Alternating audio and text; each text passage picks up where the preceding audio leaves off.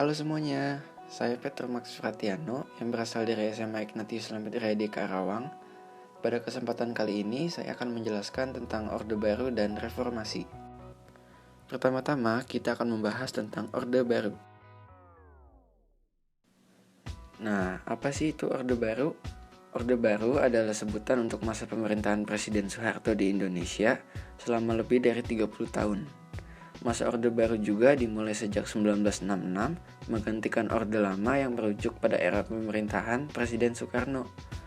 Dengan kata lain adalah suatu penataan kembali kehidupan masyarakat, bangsa dan negara Indonesia yang berlandaskan dasar negara, yaitu Pancasila dan Undang-Undang 1945. Hal tersebut dilakukan karena adanya ancaman terhadap ideologi Pancasila, yaitu pemberontakan G30S PKI. Pada masa itu, Partai Komunis Indonesia atau PKI menyebarkan paham komunisme di Indonesia dan telah mengancam keberlangsungan ideologi Pancasila. Selanjutnya, kita akan membahas tentang latar belakang Orde Baru.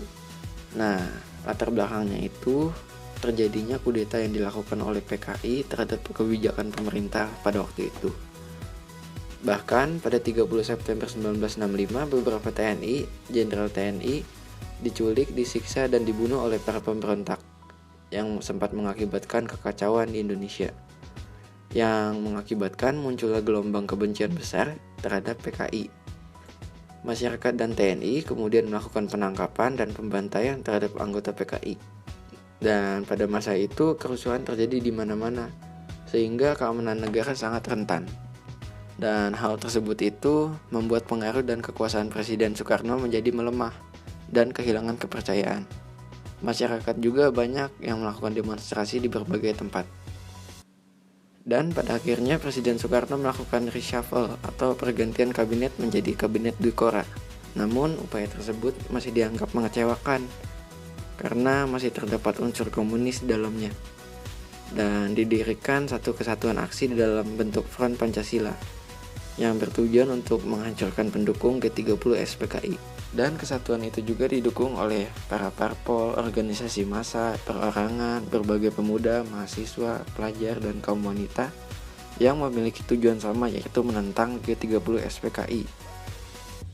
Lalu dikeluarkan juga teritura yang berisi pembubaran PKI dan juga organisasi massanya, pembersihan kabinet-kabinet Dwi-Kora, penurunan harga-harga barang. Lalu pada tanggal 15 Januari diadakan sidang paripurna di Istana Bogor yang dihadiri oleh wakil-wakil mahasiswa Presiden Soekarno. Dan saat itu Soekarno berpikiran timbulnya berbagai gerakan dari para mahasiswa itu didalangi oleh Central Intelligence Agency atau CIA. Lalu pada masa genting akhirnya Presiden Soekarno mengundurkan diri sebagai presiden dan menandatangani Super Semar yang berisi Soekarno menyerahkan mandatnya kepada Soeharto. Dan saat pelantikan kabinet berbagai kalangan ikut hadir. Dan gerakan itu ditahan oleh pasukan Cakrabirawa yang menyebabkan bentrokan sampai memakan korban jiwa.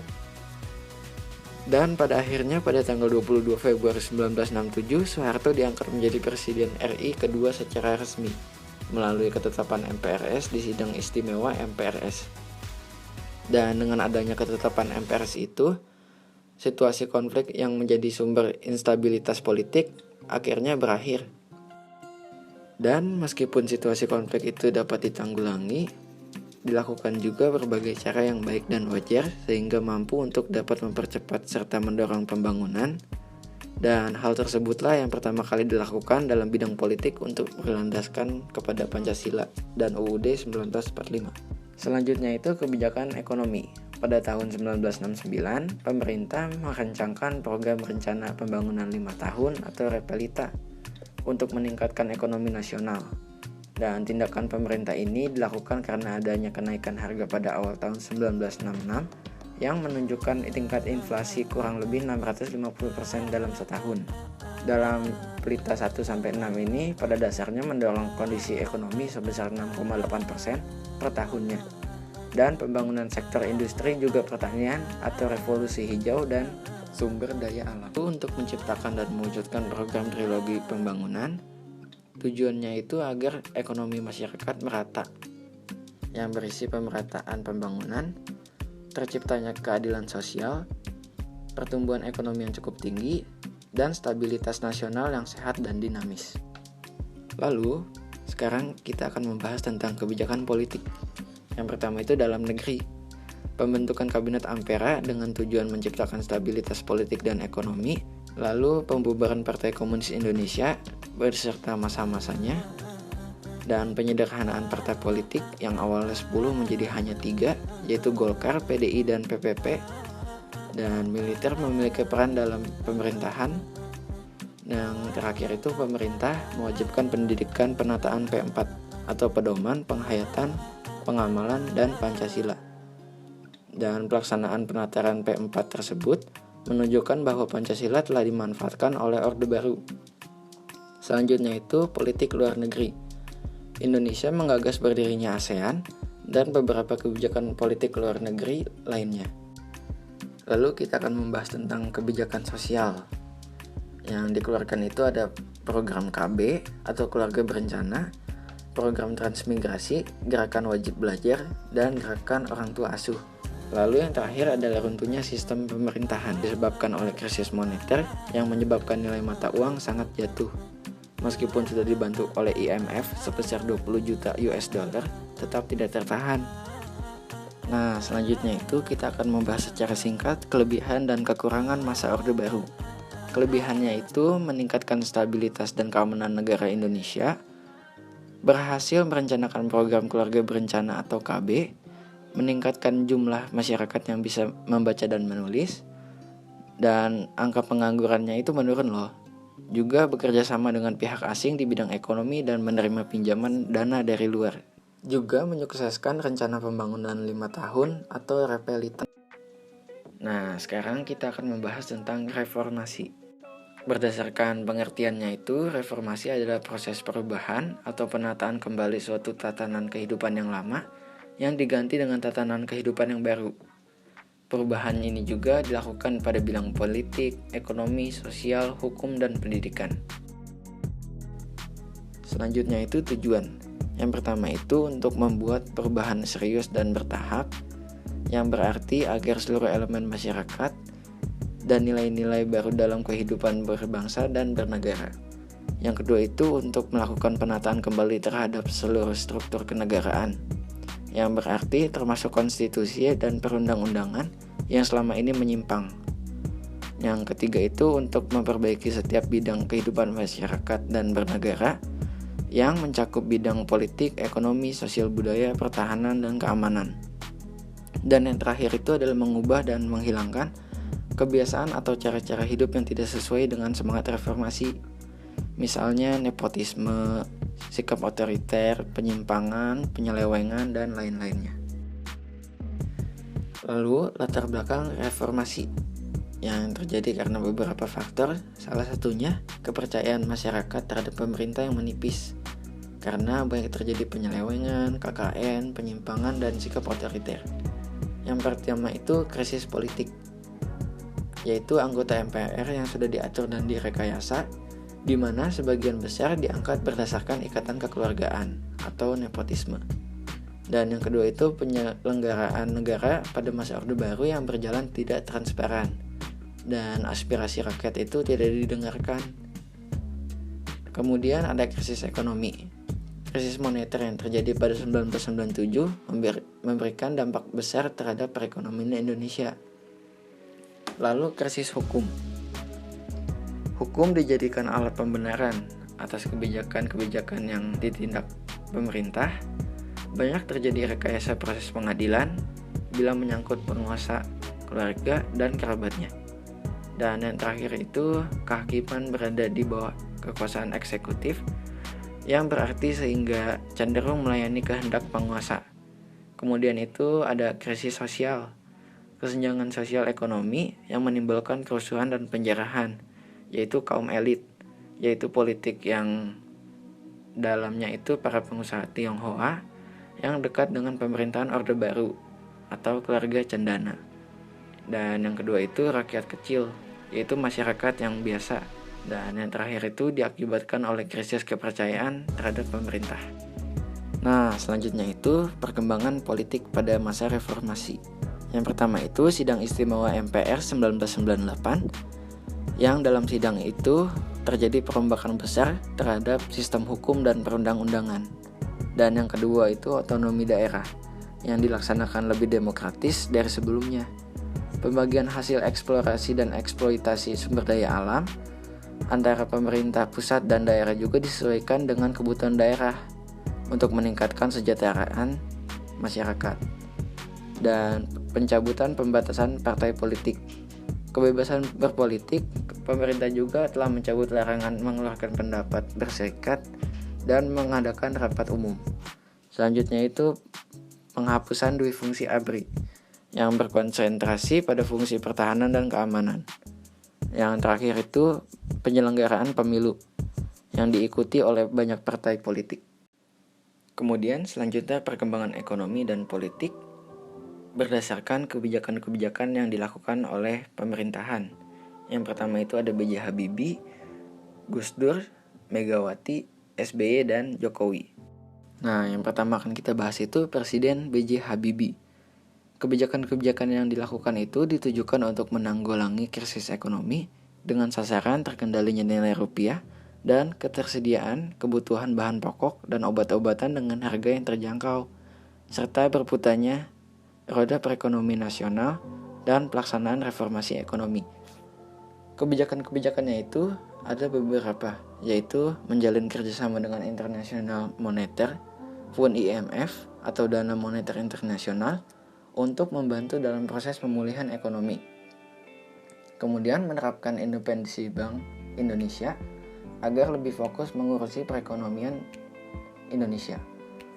Lalu melikuidasi beberapa bank yang bermasalah, kebebasan pers, menaikkan nilai rupiah, pembebasan tahanan-tahanan politik, pembatasan masa jabatan presiden 2 periode selama 5 tahun per periodenya, dan desentralisasi kekuasaan ke daerah. Dan pada saat B.J. Habibie berhasil menaikkan nilai tukar rupiah terhadap dolar Amerika mencapai 6.700 per dolar pada bulan Juni 1999. Selanjutnya itu pemerintahan Presiden Abdurrahman Wahid atau yang sering kita kenal Gus Dur. Kondisi keuangan pada saat itu sudah mulai stabil, namun pada bulan April kembali melemah. Dan pada saat pemerintahannya banyak terjadi kebijakan yang dikeluarkan oleh Gus Dur. Di antaranya itu supremasi sipil atas militer.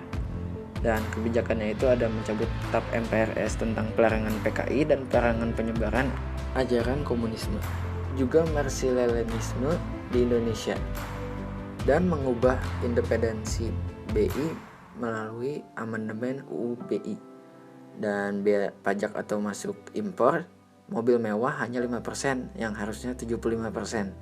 Dan daerah bebas mengajukan utang luar negeri, desentralisasi fiskal, yang berarti menurunkan tingkat kemiskinan melalui program pengembangan kecamatan, dan memisahkan TNI dan Polri, serta membubarkan Departemen Penerangan dan Departemen Sosial karena tak bekerja dengan baik, dan melawan tekanan IMF. Lalu selanjutnya pemerintahan Presiden Megawati Soekarno Putri. Dan pada saat itu nilai tukar rupiah terhadap dolar Amerika berhasil distabilkan dan berdampak pada terkendalinya harga-harga barang. Selain itu, pertumbuhan inflasi relatif lebih rendah dan cadangan devisa negara cukup stabil. Namun, pertumbuhan ekonomi yang tergolong rendah karena kurang menariknya perekonomian Indonesia bagi investor dan karena tingginya suku bunga deposito. Lalu, kebijakan-kebijakan yang dikeluarkan itu meminta penundaan pembayaran utang sebesar 5,8 miliar US dollar, menaikkan pendapatan per kapita, kebijakan privatisasi badan usaha milik negara atau BUMN, pembangunan nasional atau Propenas, 5 tahun desentralisasi politik dan keuangan, lalu TAP MPR RI mengenai rendahnya inflasi, yang bertujuan untuk mencapai kondisi fiskal yang sehat, mengurangi laju inflasi, dan menjaga persediaan cadangan devisa untuk kebutuhan negara. Kemudian restrukturisasi dan reformasi pada sektor keuangan yang mendukung pemulihan krisis. Kemudian meningkatkan indeks saham gabungan, investasi ekspor, dan penyerapan tenaga kerja. Kemudian presiden selanjutnya adalah Susilo Bambang Yudhoyono atau SBY. Pada pemerintahan ini, rata-rata pertumbuhan ekonomi berkisar 5% sampai 6% per tahunnya. Dan kemampuan ekonomi Indonesia yang bertahan dari pengaruh krisis ekonomi dan finansial. SBY dikatakan kurang berhasil dalam masalah kebijakan ekonominya. Pada masa jabatannya mendapat dukungan dari kenaikan harga komoditas dunia dan likuiditas global yang melimpah. Kehidupan politik pada saat SBY juga kurang menonjolkan hasil yang signifikan. Dan beberapa kebijakannya itu ada mengurangi subsidi bahan bakar minyak yang diakibatkan oleh kekhawatiran terbebaninya APBN negara. Lalu pemberian bantuan langsung tunai yang bertujuan untuk membantu masyarakat miskin agar dapat memenuhi kebutuhan dasarnya dan mencegah penurunan taraf kesejahteraan masyarakat. Kemudian pengurangan utang luar negeri yang bertujuan untuk mengurangi utang luar negeri dan melunasi sisa-sisa hutang IMF sebesar 3,1 miliar US dollar. Memperbaiki iklim investasi, yaitu paket reformasi kebijakan yang merupakan suatu langkah reformasi ekonomi yang lebih sistematis. Kemudian meningkatkan peran sektor jasa dan melambatnya pertumbuhan sektor manufaktur yang berhasil mengubah citra Indonesia dan menarik investasi asing dengan menjalin berbagai kerjasama dengan banyak negara pada masa pemerintahannya, antara lain dengan Jepang. Kemudian, yang terakhir itu adalah pemerintahan Presiden Joko Widodo yang saat ini masih memimpin Indonesia. Jokowi ini dipersepsikan sebagai pemimpin yang reformis dan menjalankan program kerja yang konkret. Seperti yang terlihat dalam pengalamannya menjadi wali kota Solo dan gubernur DKI Jakarta. Jokowi lebih berfokus pada sisi penawaran, antara lain melalui pengembangan infrastruktur dan perbaikan iklim investasi. Dan beberapa kebijakan yang dilakukan itu, pemotongan signifikan dari subsidi bahan bakar minyak atau BBM, yang mengurangi beban fiskal. Langkah reformasi yang berhasil ini menciptakan ruang fiskal yang sangat dibutuhkan untuk membiayai sejumlah agenda pembangunan lainnya, terutama pembangunan infrastruktur. Lalu tarif iuran BPJS naik, yang bertujuan meningkatkan kualitas dan kesinambungan program jaminan kesehatan. Lalu program kartu prakerja yang disesuaikan dengan APBN yang diukur tiap tahunnya. Lalu pemindahan ibu kota yang dari Jakarta menjadi ke Kalimantan Timur. Lalu revisi UU KPK dan tolak terbitkan Perpu KPK, beri gerasi ke koruptor, penunjukan sejumlah menteri, wakil menteri, dan staf khusus. Kemudian, terdapat juga kehidupan lainnya, seperti kehidupan sosial, yang diwarnai dengan terjadinya berbagai konflik sosial yang bersifat etnis di tengah-tengah masyarakat. Lalu, dalam kehidupan berpendidikan, pemerintah menerbitkan kurikulum berbasis kompetensi atau KBK, kurikulum tingkat satuan pendidikan atau KTSP, kurikulum 2013 dan yang saat ini sedang berjalan yaitu Merdeka Belajar, yang memberikan kesempatan belajar secara bebas pada siswanya dan nyaman. Selanjutnya itu ada kehidupan budaya. Upaya pelestarian budaya dengan mendaftarkan budaya Indonesia ke UNESCO, organisasi pendidikan, keilmuan, dan kebudayaan Perserikatan Bangsa-Bangsa. Lalu pada slide terakhir ini saya akan membahas tentang kesimpulan yang menyeluruh, yaitu yang pertama, penyampaian pendapat. Pada Orde Baru terbatas dan ruang gerak pers juga dibatasi. Lalu pada saat reformasi, kebebasan untuk menyampaikan pendapat termasuk sampai memberikan saran serta kritik kepada pemerintah secara terbuka. Lalu aturan hukum. Kalau Orde Baru terjadi ketidakadilan dan rekayasa pada proses peradilan. Kalau reformasi, batasan wewenang kekuasaan yang jelas antara lembaga legislatif, eksekutif, dan yudikatif yang diatur tegas dalam UUD. Lalu kebijakan ekonomi. Banyak prestasi yang dicapai pemerintah khususnya dalam bidang pertanian, namun praktik korupsi, kolusi, dan nepotisme merajalela, dan masih terdapat banyak kesenjangan ekonomi yang lebar pada Orde Baru. Pada reformasinya, pemerintah membuat berbagai kebijakan untuk keluar dari krisis, namun ketimpangan pada sektor ekonomi justru jauh lebih tinggi. Kemudian politik. pengelompokan dan penyusutan partai politik pada Orde Baru. Kalau pada reformasi berasas langsung, umum, bebas, dan rahasia. Kalau di bidang pendidikan banyak menorehkan prestasi pada Orde Baru, dan pada reformasi pendidikan dibuka untuk semua kalangan. Selanjutnya pemilihan umum. Kalau Orde Baru itu tidak berlangsung dengan bebas, jujur, dan adil. Kalau pemilihan umum pada saat reformasi berlangsung secara bebas, jujur, dan adil, sehingga rakyat bebas memberikan suaranya. Lalu pengambilan keputusan. Kebijakan yang ditentukan oleh pemerintah pusat. Jadi pada Orde Baru itu kebijakannya semua ditentukan oleh pemerintahan pusat. Kalau pada saat reformasi, pemerintah daerah mendapatkan wewenang juga untuk mengambilkan kebijakan tertentu. Selanjutnya peran militer. Pada Orde Baru itu kewenangan di fungsi ABRI dan TNI tidak seimbang. Sejak reformasi di fungsi ABRI dihapuskan dan TNI dan polisi tugasnya seimbang. Selanjutnya itu dalam bidang pemberantasan korupsi. Pada Orde Baru terjadi korupsi secara terstruktur, masif, dan sistematis. Kalau reformasi atau sekarang dibentuk KPK untuk memberantasnya. Kemudian bidang ekonomi tidak jauh berbeda, sama-sama selalu mendapat persetujuan dari DPR untuk menjadi APBN. Kemudian yang terakhir itu bidang budaya. Pada Orde Baru itu diskriminasi terhadap adat Cina, dan pada sekarang atau reformasi semua diskriminasi sudah diberantas. Sekian presentasi dari saya. Terima kasih. Now I gotta wash my mouth out with soap. I feel it coming out my throat. Guess I better wash my mouth out with soap.